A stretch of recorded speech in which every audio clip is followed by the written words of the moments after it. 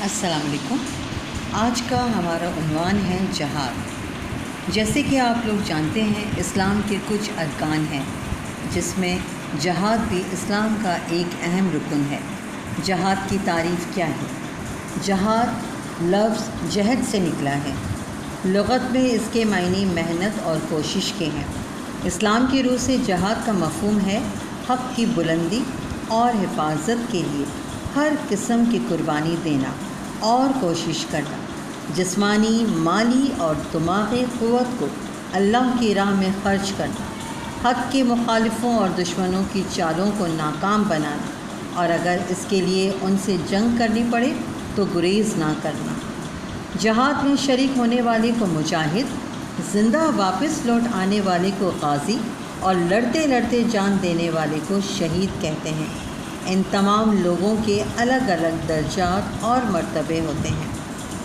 ایک مرتبہ رسول اللہ صلی اللہ علیہ وآلہ وسلم سے پوچھا گیا کہ کون سا عمل افضل ہے؟ آپ صلی اللہ علیہ وآلہ وسلم نے فرمایا، اللہ تعالیٰ اور اس کے رسول پر ایمان لانا۔ پھر پوچھا گیا کہ اس کے بعد؟ آپ صلی اللہ علیہ وآلہ وسلم نے فرمایا، اللہ کی راہ میں جہاد کرنا۔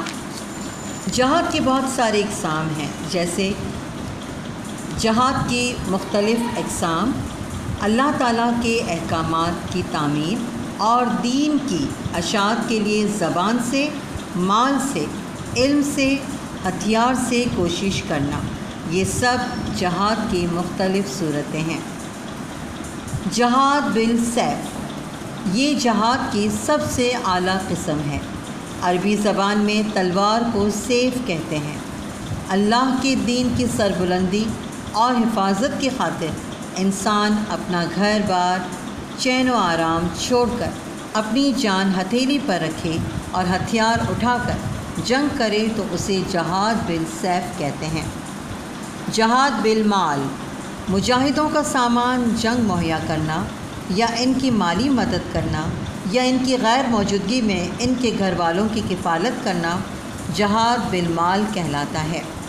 جہاد بالعلم، دنیا میں شر اور فساد جہالت کی وجہ سے وجود میں آتا ہے، کیونکہ جہالت اندھیرا اور گمراہی ہے، اور اسے دور کرنا ہر مسلمان مرد و عورت پر فرض ہے۔ علم کے ذریعے جہالت کی تاریکی کو دور کرنا اور اسلام کی تبلیغ کرنا جہاد بالعلم ہے۔ ارشاد ربانی ہے، اپنے رب کی طرف لوگوں کو حکمت اور بہترین نصیحت کے ساتھ بلائیے اور ان سے بہترین طریقے سے گفتگو کیجیے۔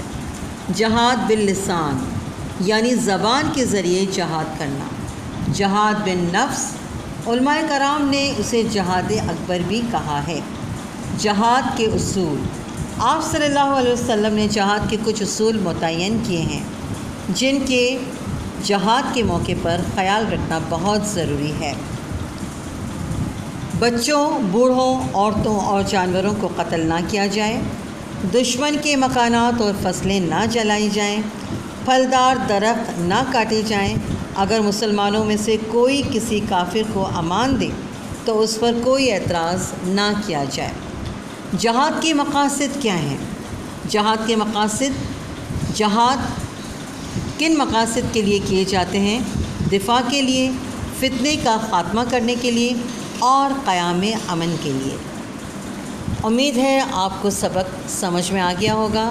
اب جو اسٹڈی پیک میں آپ کو کام دیا گیا ہے وہ کام کمپلیٹ کر کے آپ چیک کروا لیں۔ شکریہ۔